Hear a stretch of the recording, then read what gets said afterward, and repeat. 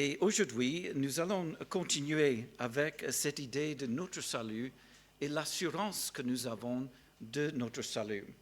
Et bien sûr, c'est en Christ qui sont cachés tous les trésors de la sagesse et de la connaissance. C'est en Christ que nous avons cette assurance. Et si vous avez vos Bibles, nous pouvons regarder ensemble encore dans le livre de Romains, Romains chapitre 5. Nous avons les Bibles derrière aussi, si ça vous intéresse. C'est sur la page 735, si vous voulez suivre le texte dans Romains chapitre 5. Et s'il y a ceux qui veulent aussi suivre la traduction, il y a une possibilité de faire cela. Je peux vous donner un code. Est-ce que quelqu'un a besoin d'un code pour suivre la traduction en portugais? Je peux vous montrer, voilà. Il faut quand même un téléphone ou les écouteurs pour suivre cela. Voilà, je peux montrer cela. Je ne sais pas si ça va marcher jusque-là ou non, mais ceux qui s'intéressent, ils peuvent flasher ça. Et sinon, prochainement, on va imprimer cela pour donner cela à tout le monde, pour qu'ils puissent faire cela. OK.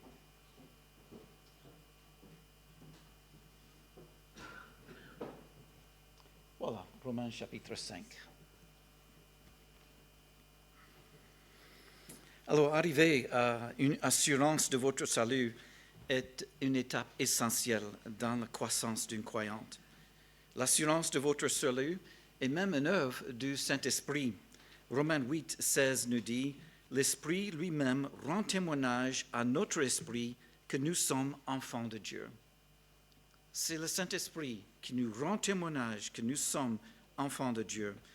Même Galates chapitre 4 nous dit, verset 6, « Parce que vous êtes fils, Dieu a envoyé dans nos cœurs l'Esprit de son Fils, lequel crie, Abba, Père. » Le Saint-Esprit est en train de crier que Dieu est notre Père.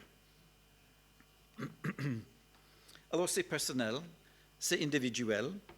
Le pasteur, tes parents, tes amis ne peuvent pas te donner une assurance de votre salut. C'est Dieu qui donne cela à travers son Saint-Esprit et il utilise sa parole. Et j'espère ce matin que vous pouvez arriver à une assurance de votre salut en regardant ce que la Bible dit concernant ce grand sujet. Jean a dit, « Je vous ai écrit ces choses afin que vous sachiez que vous avez la vie éternelle, vous qui croyez au nom du Fils de Dieu. » Il a écrit cela pour que les gens puissent vraiment savoir leur assurance de leur salut. La semaine passée, on a commencé avec ce texte et on a déjà noté 5 différentes assurances que nous avons. Alors, on a l'assurance de notre salut et avec cette assurance vient, voilà, première assurance, la paix. Et tout cela, c'est basé sur quelque chose. Regarde verset 1. Étant donc justifiés par la foi, nous avons la paix avec Dieu. Justifiés, on a regardé, c'est une déclaration de Dieu. Il nous déclare juste. C'est un mot juridique, c'est l'opposé de condamner. Alors, on n'est plus sur la condamnation, on est justifié, déclaré juste, et tout cela vient par la foi. Et on a noté que dans Romains chapitre 4, David est une illustration de cette justification qui vient par la foi. Abraham aussi, il était justifié par la foi en Jésus-Christ. La foi qu'il a eue à ce moment. Et nous voyons que cette foi en Jésus-Christ est le commencement de notre salut. Nous avons cru la bonne nouvelle de l'Évangile. La bonne nouvelle, Christ est mort pour nos péchés. Selon les Écritures, il a été enseveli, qu'il est ressuscité le 3e jour selon les Écritures. Et le Saint-Esprit a utilisé les promesses de Dieu, il a utilisé la parole de Dieu et ça nous a poussé à la repentance et à la foi et on a cru en Jésus-Christ et nous sommes alors justifiés. Si vous avez fait ça, si vous avez cru, si vous êtes poussé à la repentance et que vous avez cru en Jésus-Christ, la Bible dit vous êtes justifiés maintenant par la foi. Et avec cela, qu'est-ce qui vient? Nous avons la paix avec Dieu. Pas seulement cela, et bien sûr, c'est par notre Seigneur Jésus-Christ. Cette paix ne vient pas de vos œuvres, cette paix ne vient pas des autres choses, c'est sur l'œuvre accomplie de Jésus-Christ sur la croix. C'est par notre Seigneur Jésus-Christ. Et une deuxième assurance, nous avons eu par la foi accès à cette grâce. Alors, on est en paix avec Dieu, mais pas simplement en paix. Maintenant, on a un accès direct devant Dieu. On ne passe pas à travers un autre médiateur, on passe directement à travers Jésus-Christ. C'est lui le médiateur pour nous. Et cet accès à cette grâce dans laquelle nous demeurons fermes. Alors, ce n'est pas une sorte d'assurance qui est un peu ici, un peu là-bas, mais nous demeurons fermes dans cela. Et il dit, la troisième assurance, nous nous glorifions dans l'espérance de la gloire de Dieu. Alors, il regarde vers le futur. Il est en train de dire, nous nous glorifions. On a cette assurance qu'un jour, nous serons glorifiés, nous allons voir la gloire de Jésus-Christ et nous serons transformés dans son image. On a regardé ça la semaine passée. Cette assurance de la gloire de Dieu. Et souvent, les cantiques est plein des chants, des cantiques qui parlent du ciel. Les chrétiens on aime parler du ciel, de chanter du ciel, de chanter de ce qu'on va voir. Et on va voir Jésus-Christ. Et voilà, c'est ça qui est une assurance que nous avons. Mais ce n'est pas simplement une assurance pour le futur, c'est aussi une assurance maintenant, même dans les épreuves que nous avons. Et j'aimerais indulger votre patience en développant un peu plus cela. Bien qu'on a regardé ça la semaine passée, j'aimerais développer un peu plus cette assurance que nous avons même dans les afflictions. Et à partir de cela, on va regarder pourquoi on peut même avoir cela avec cette assurance de l'amour de Dieu. Et finalement, on va regarder deux autres assurances qui se trouvent dans le texte.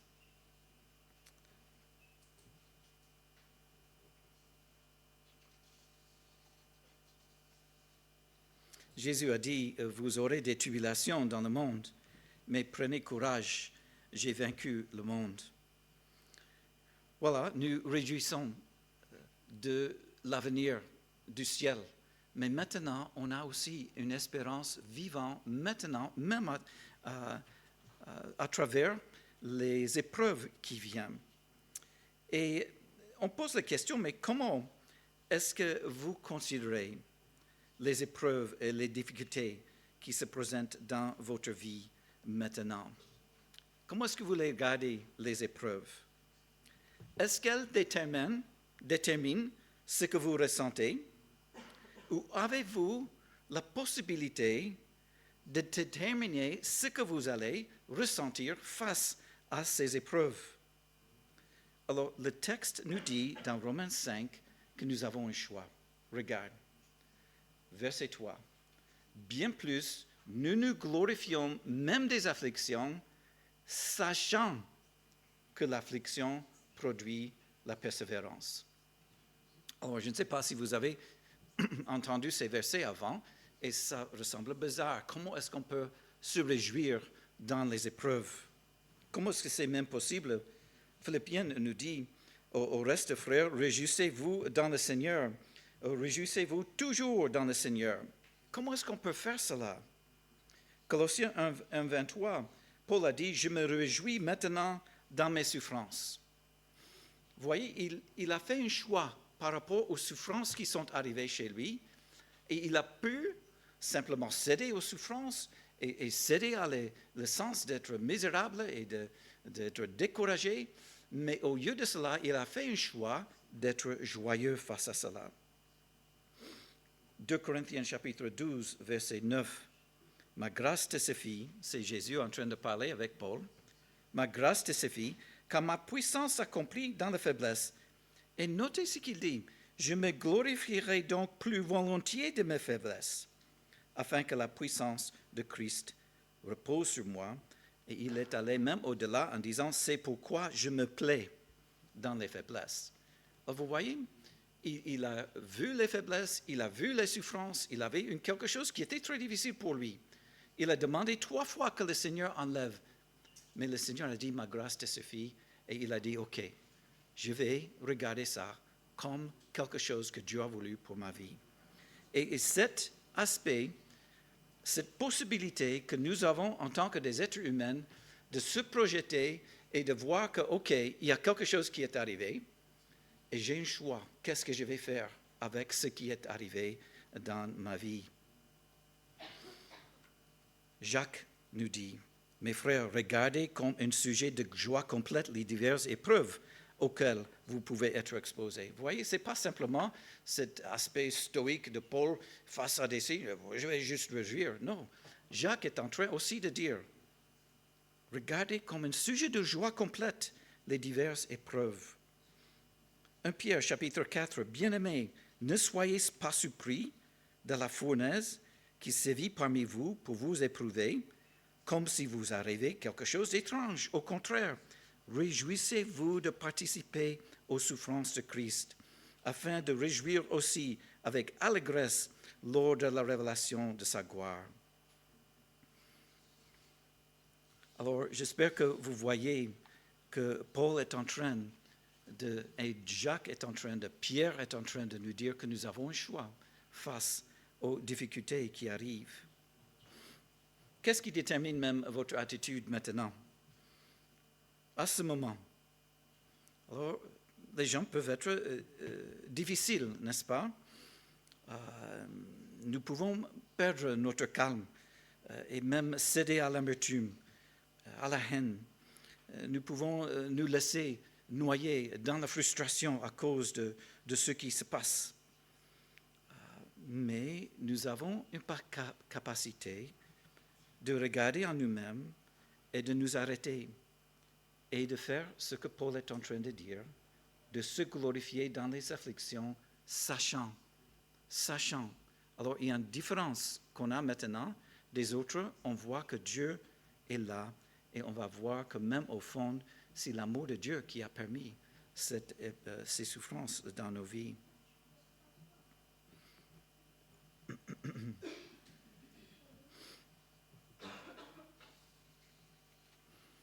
J'ai lu récemment l'histoire d'une infirmière qui était malheureuse.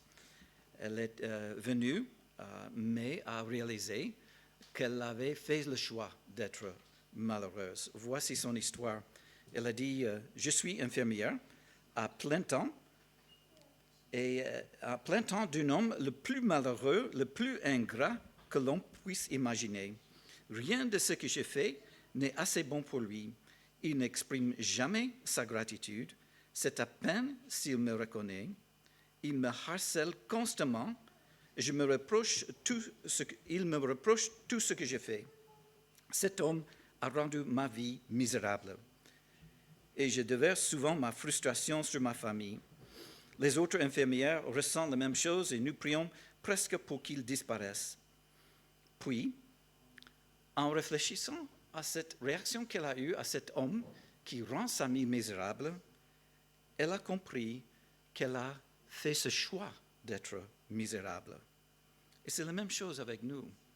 Nous pouvons, face à une situation, déterminer de céder à ce que les autres font contre nous. Nous pouvons céder à leur faiblesse et de simplement continuer dans la même attitude qu'ils ont, ou nous pouvons changer l'attitude. Et c'est ça ce que nous voyons. Nous nous glorifions. Voilà, les afflictions arrivent. Et nous pouvons faire un choix, sachant quelque chose, que Dieu a voulu que cette épreuve dans notre vie soit là pour une raison.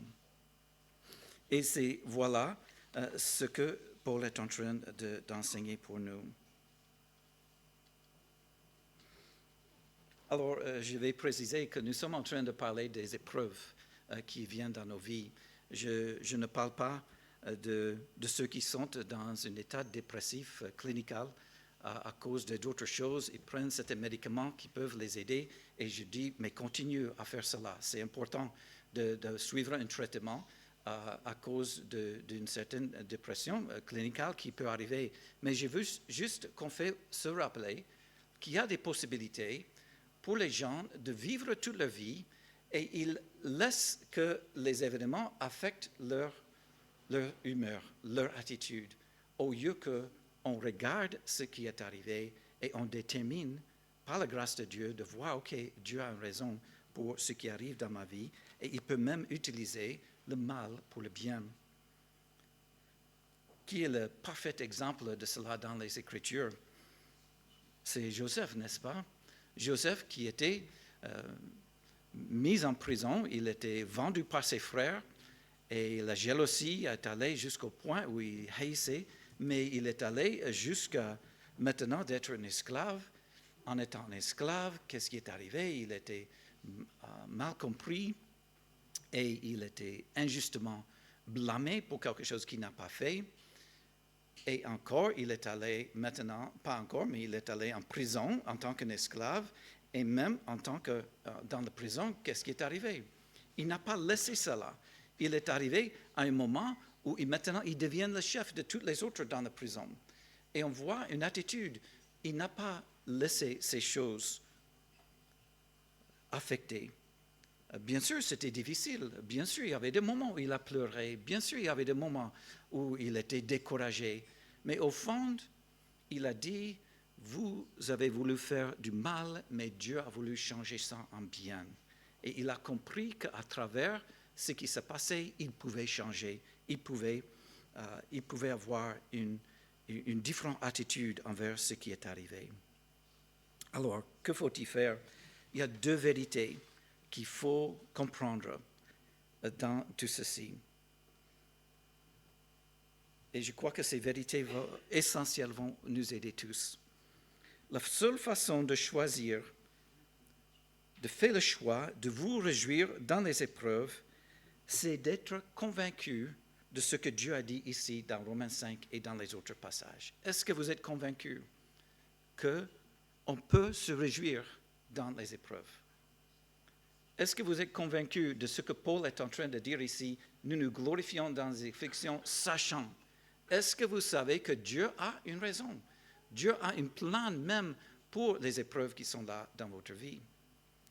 Le problème avec nous tous, c'est qu'on veut toujours blâmer les autres personnes, blâmer notre environnement, blâmer je suis grandi. Vous ne savez pas, pasteur, je suis grandi dans une famille où mon père a fait ceci, et voilà, je suis du caractère comme ça parce que mon père était ça. On veut toujours mettre la responsabilité vers quelque chose d'autre au lieu de prendre la responsabilité nous-mêmes et de dire que, OK, je vais me réjouir quand même dans cette situation parce que je sais que Dieu a un plan et une volonté. Alors, croyez ce que Dieu disait. C'est ça la première chose pour qu'on puisse se glorifier, même dans les afflictions. Et la deuxième chose, et c'est ça où on va arriver dans cette cinquième assurance, c'est simplement d'être convaincu que Dieu vous aime. Dieu vous aime profondément et il ne peut pas laisser quelque chose dans votre vie qui n'a pas même permis et dans sa sagesse, dans son amour, dans sa justice, dans son omniscience, il peut changer le mal même en bien dans votre vie. Alors, et c'est là où on arrive à cette cinquième assurance. Voyez la progression qui est ici. Bien plus, nous glorifions même dans les afflictions, sachant que l'affliction produit la persévérance. Et la persévérance, la victoire dans l'épreuve. Et cette victoire, espérance. Il y a une progression, l'épreuve est là, ça nous travaille dans nos vies. On voit que, OK, je peux endurer plus. Je vois que Dieu est en train de m'aider.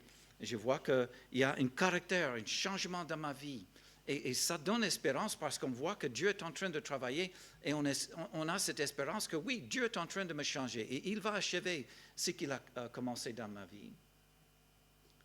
Et il a dit, et dans cette victoire, espérance, voilà, on a espérance.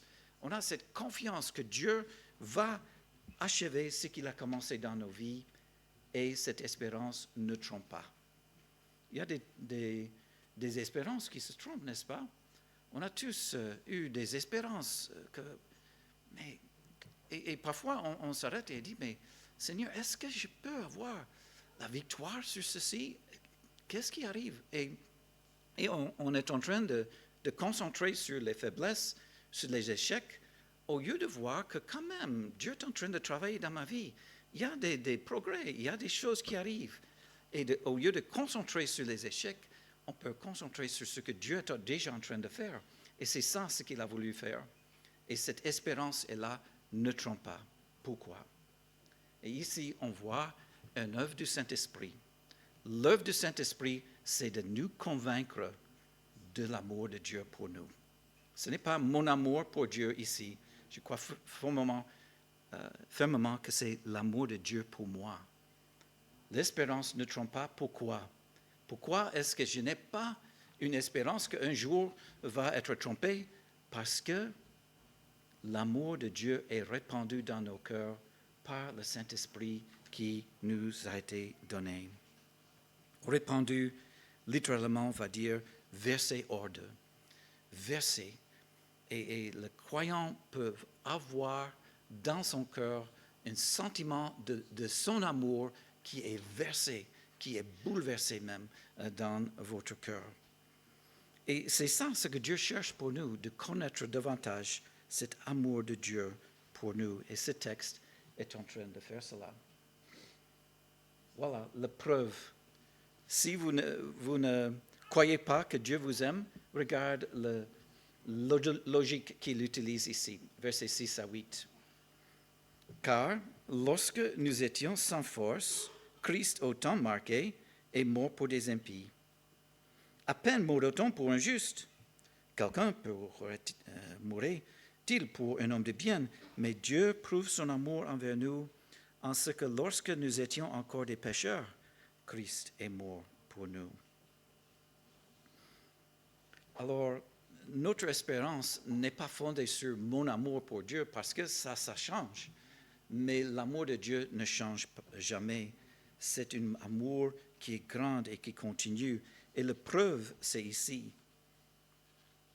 75 fois, Paul utilise le mot amour dans ses épîtres. Le Nouveau Testament utilise ce mot 116 fois. Et ici, il parle de nous-mêmes lorsque nous étions encore sans force. Sans force. Alors, c'est l'idée de quelqu'un qui n'a aucune aide, quelqu'un n'est pas à côté de lui, lui-même, il n'a pas de force. C'est utilisé pour les malades, ceux qui sont faibles. Et ici, il est en train de dire, on ne commence pas à comprendre l'amour de Dieu en pensant à combien nous sommes bien et ce que nous avons fait, mais il est en train de dire, nous étions sans force. On parle ici de la dépravation totale de l'homme. Avant notre salut, on n'avait pas même ce désir de connaître Dieu. On n'avait pas ce désir de chercher Dieu. Mais tout au coup, Dieu travaille dans nos cœurs, il commence à nous tirer vers lui-même et il nous pousse à la repentance, à croire en Jésus-Christ. Et cette œuvre de Dieu est là, mais ça a commencé lorsque nous étions tous sans force. Et c'est incroyable quand on pense que nous, en nous-mêmes, nous n'avons pas de capacité, mais Dieu, il a toute la capacité de nous sauver. Dès que vous connaissez cela, dès que vous connaissez que vous êtes pécheur, que vous ne méritez rien, mais qu'on base sur cet amour de Dieu, ça change aussi votre compréhension de cet amour de Dieu. On n'est pas censé de faire quelque chose pour que Dieu nous aime. Dieu nous aime lorsque nous étions sans force. Et même, il va dire, verset 6 encore, Christ au temps marqué est mort. Christ au temps marqué est mort pour des impies. Ça, c'était notre position. En anglais, on utilise le mot ungodly. C'est un mot qui va dire on n'était pas comme Dieu, on était impie, le mot en français. Et il utilise l'argument ici, ok, à peine mourra-t-on pour un juste. C'est ça, dans le monde entier, on voit rarement quelqu'un qui va mourir pour quelqu'un d'autre, pour un juste, ou il dit pour un homme qui fait du bien. Mais regarde ce que Dieu a fait. Dieu prouve son amour envers nous. C'est une preuve en ce que lorsque nous étions encore des pécheurs, Christ est mort pour nous. Et si nous reconnaissons là notre état et le fait que Dieu nous a aimés, pas parce que j'avais fait des bonnes choses, pas parce que j'avais fait des bonnes œuvres, mais parce que je ne mérite rien. Mais il a fait cela pour nous. Lorsque nous étions encore pécheurs, Christ est mort pour nous. Et ça, c'est la preuve de son amour envers nous. C'est intéressant que les gens dans le Nouveau Testament qui reconnaissent cet amour de Dieu, c'est souvent ceux qui reconnaissent leur péché. On voit Simon le pharisien avec cette femme pécheresse qui est venue. Et il y avait une pharisienne qui se demandait pourquoi elle fait toutes ces choses et elle pleurait. Mais Jésus a dit, voilà, elle aime parce qu'elle a été pardonnée beaucoup. Elle aime beaucoup parce qu'elle a été pardonnée beaucoup. Et quand on reconnaît cela, quand on reconnaît combien Dieu nous a aimés, malgré le fait que nous sommes des pécheurs, on va aimer même plus le Seigneur et on reconnaît son amour envers nous. C'est important pour nous tous de s'arrêter, si vous êtes sans Christ, de savoir que vous êtes ennemis de Dieu, vous n'avez pas de paix, parce que selon la Bible, vous êtes pécheurs, vous êtes séparés de Dieu. Sans Christ, vous méritez le jugement et la colère de Dieu, qu'on va voir bientôt ici. Alors, ce n'est pas une chose plaisante à réfléchir, mais c'est ça. Mais maintenant, en Jésus-Christ, on n'est plus des ennemis, on a de paix, on a accès, on a cette assurance même de son amour. Et il a fait cela pour nous, et il souligne pour nous, c'était quand et lorsque nous étions encore des pécheurs.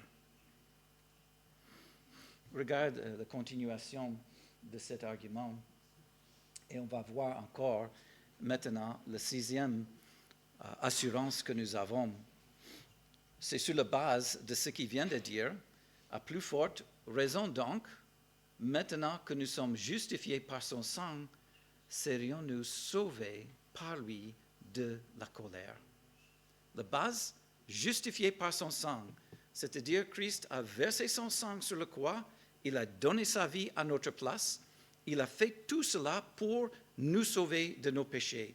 Et on est justifié par cette œuvre de Jésus-Christ. Alors, le raisonnement, c'est ceci.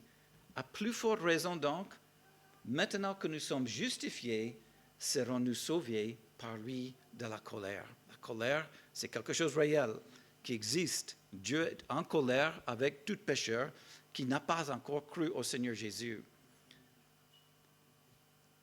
Pour développer l'argument, il dit ici, si lorsque nous étions des ennemis, nous avons été réconciliés avec Dieu par la mort de son Fils, à plus forte raison, étant réconciliés, serons-nous sauvés par sa vie. Voilà, il utilise le mot sauver. Sauver. Il utilise le mot réconcilier. Et j'ai mis les deux ensemble ici, le fait d'être réconcilié, d'être sauvé. C'est cette assurance que nous avons. Nous sommes justifiés par son sang. Il dit, serons-nous sauvés par lui de la colère? Et l'argument, c'est un argument de plus grande. Si la chose la plus grande est arrivée, mais bien sûr, ce qui était moins grand sera aussi accompli. Lorsque nous étions des ennemis, à un moment donné, on était des ennemis de Dieu. Mais nous avons été réconciliés. Maintenant, plus des ennemis. On a de paix avec Dieu par la mort de son Fils. Lorsque nous étions encore des ennemis, nous avons été réconciliés. Si Dieu a fait cela pour nous, à plus forte raison, étant réconciliés maintenant, serons-nous sauvés par sa vie. Il y a un contraste entre sa mort et sa vie. Si par sa mort, on était réconciliés, maintenant par sa vie, imaginez. Sa vie, il est vivant, il intercède pour nous. Il est en train de dire, nous serons sauvés par sa vie. Et ça, c'est très encourageant pour nous tous. Pourquoi? Nous sommes des pécheurs. Nous péchons. Et parfois, quand nous péchons, nous sentons séparés de Dieu, mais il est en train de dire qu'il y a une assurance. Oui, nous grandissons, nous voulons grandir, nous voulons être sanctifiés de plus en plus, nous voulons être comme Jésus-Christ, mais on faillit, on a des chutes, on a des péchés qui arrivent. Mais si nous confessons nos péchés, il est fidèle et juste de nous pardonner, de nous purifier de toute iniquité. Et mes péchés que j'ai commis maintenant, ça ne va pas faire que, OK, je dois être sauvé encore. Il y a tout un groupe des églises qui disent que, écoute, si vous avez péché, vous avez perdu votre salut, et maintenant, perdant votre salut, il faut que vous soyez sauvés encore. Mais qu'est-ce que ça veut dire? Vous êtes en train de faire les œuvres pour votre salut, enfin. Mais la Bible indique que oui, nous sommes des pécheurs, on n'est pas encore parfaits, mais parce qu'il nous a réconciliés, par sa mort, sa vie maintenant, il est vivant et il va nous sauver. Et il n'y a pas de... étant réconciliés, nous serons sauvés par sa vie. Alors c'est une assurance qu'il a voulu donner à tous. Cette réconciliation, il a enlevé la raison pour laquelle il y avait des ennemis. On est réconciliés, la raison n'est plus là. Parce que Jésus-Christ a payé cette dette pour nous. Il a fait tout sur la croix. Il a dit, tout est accompli. Et la confiance en ce que Christ a fait fait que moi, je suis maintenant justifié devant ses yeux, pardonné, réconcilié. Et j'espère que c'est la même chose pour toi et pour vous-même. Maintenant, il a dit,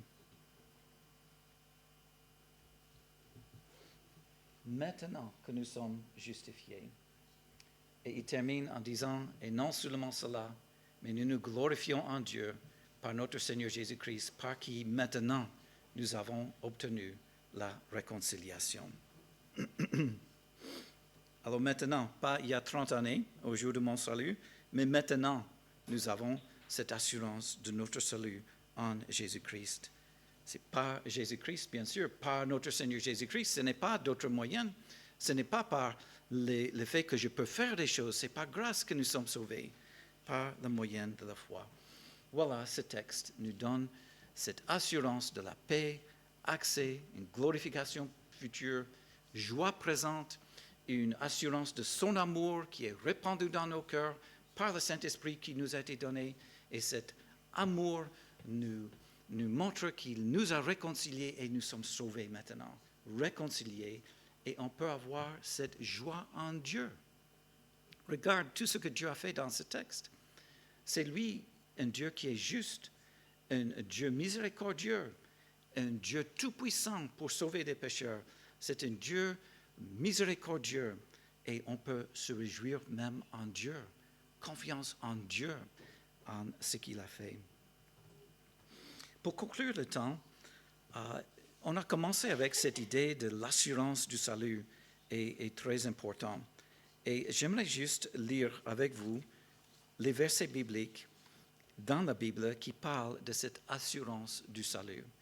Et comme je vous ai dit, c'est important pour chaque chrétien d'arriver à un point dans leur vie où ils connaissent ce que Dieu dit concernant leur salut.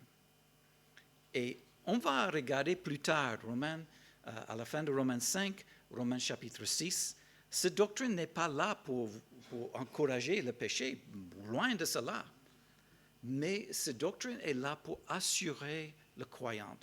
Maintes versets nous indiquent que nous pouvons avoir maintenant l'assurance de notre salut. Et d'où vient la foi? D'où vient la confiance? Ce n'est pas parce que moi je vais dire, ah ok, non, tu es sauvé, ou ton père a dit, ah non, tu te souviens, tu as fait cette prière. Non, ce n'est pas sur ces choses, c'est sur ce que Dieu dit dans sa parole. Et j'aimerais juste partager ces versets avec vous. Jean 1, 12. Tous ceux qui l'ont reçu, à ceux qui croient en son nom, elle a donné le pouvoir de devenir enfants de Dieu. Jean 3, 16. Dieu a tant aimé le monde qu'il a donné son Fils unique, afin que quiconque croit en lui ne périsse point, mais qu'il ait la vie éternelle. Jean 5, verset 24. En vérité, je vous le dis, celui qui écoute ma parole qui croit en celui qui m'a envoyé a la vie éternelle, ne vient point en jugement, mais il est passé de la mort à la vie. C'est clair, n'est-ce pas? Jean 6, 37. Tous ceux que le Père m'a donnés viendront à moi, et je ne mettrai pas dehors celui qui vient à moi. Mes brebis entendent ma voix, je les connais, elles me suivent, je leur donne la vie éternelle, elles ne périront jamais, personne ne les ravira de ma main. Mon Père qui me les donne est plus grand que tous, et personne ne peut les ravir de la main de mon Père. Moi et le Père, nous sommes un. Romains 8, 16. L'Esprit lui-même rend témoignage à notre esprit que nous sommes enfants de Dieu. Est-ce que vous avez ce témoignage du Saint-Esprit dans votre cœur que vous êtes enfants de Dieu? Le Saint-Esprit utilise sa parole pour vous aider à voir cela. Grand texte dans Romains 8 qui concerne cet amour de Dieu, lui qui n'a pas épargné son propre Fils, mais qui l'a livré pour nous tous. Comment ne nous donnera-t-il pas aussi toutes choses avec lui? Qui accusera les élus de Dieu? C'est Dieu qui justifie. Qui les condamnera? Christ est mort, bien plus, il est ressuscité, il est la droite de Dieu, il intercède pour nous. Qui nous séparera de l'amour de Christ? Sera-ce la tribulation ou l'angoisse, la persécution, la faim, la nudité, péril ou l'épée? Selon qu'il est écrit, c'est à cause de toi qu'on a mis à mort tous les jours, qu'on nous regarde comme les brebis destinées à la boucherie. Mais dans toutes ces choses, nous sommes plus que vainqueurs par celui qui nous a aimés.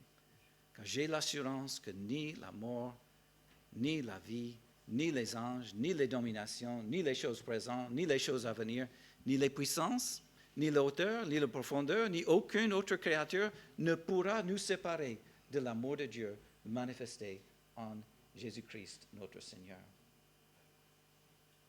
1 Corinthiens 1:8. Il vous affirmera aussi jusqu'à la fin, pour que vous soyez irréprochables au jour de notre Seigneur Jésus-Christ. Dieu est fidèle, lui qui nous a appelés à la communion de son Fils, Jésus-Christ, notre Seigneur. Éphésiens 2, 8 et 9. C'est par la grâce que vous êtes sauvés, par le moyen de la foi. Cela ne vient pas de vous, c'est le don de Dieu. Ce n'est pas par les œuvres, afin que personne ne se glorifie. 1 Thessaloniciens 5, 23. Que le Dieu de paix vous sanctifie lui-même, tout entière. Que tout votre être, l'esprit, l'âme et le corps soient conservés irréprochables lors de l'avènement de notre Seigneur Jésus-Christ. C'est lui qui vous a appelé et fidèle, et c'est lui qui le fera. Et dernier verset, Hébreux 7, verset 25. C'est aussi pour cela qu'il peut sauver parfaitement ceux qui s'approchent de Dieu par lui, étant toujours vivant pour intercéder en leur faveur. 1 Pierre 1,5, à vous qui, par la puissance de Dieu, êtes gardés par la foi pour le salut, prêt à être révélé dans les derniers temps. Et 1 Jean 5, d'où celui qui a le Fils a la vie, celui qui n'a pas le Fils de Dieu n'a pas la vie. Je vous écris ces choses afin que vous sachiez que vous avez la vie éternelle, vous qui croyez au nom du Fils de Dieu.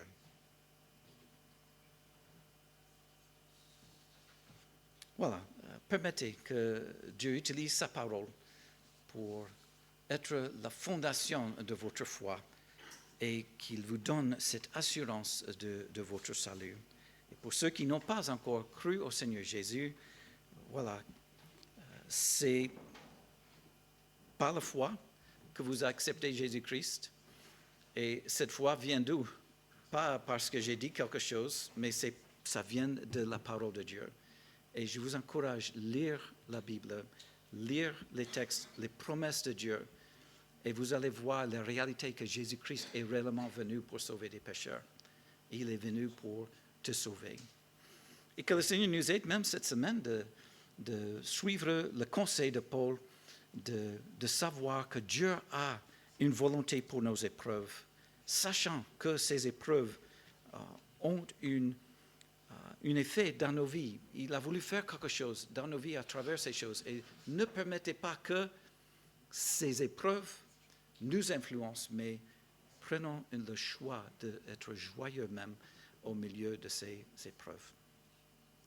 Merci Seigneur pour ce temps ensemble ce matin et d'avoir cette possibilité, la possibilité de renforcer notre foi et de regarder ta parole. Et nous avons besoin de toi, Seigneur. Continue à nous fortifier par ta parole. Aide-nous d'être comme cet arbre planté près d'un courant d'eau qui donne son fruit en sa saison et dont le feuillage ne se flétrit pas. Mais tout ce qu'il fait réussit à cause du fait qu'il a cette plaisir qu'il trouve dans ta loi et dans ta parole. Aide-nous même à avoir ce plaisir et cette joie. Et même dans les épreuves qui viennent cette semaine, on ne sait pas ce qui arrive même aujourd'hui, mais aide-nous d'avoir les pensées que même le Seigneur Jésus a eues pendant qu'il était ici sur la terre. Pour la joie qui était devant lui, il a enduré les souffrances. Aide-nous d'avoir cette attitude qui vient de toi. Merci encore pour ta grâce, pour ta bonté, pour ce temps, ce matin. Au nom de Jésus, nous prions. Amen.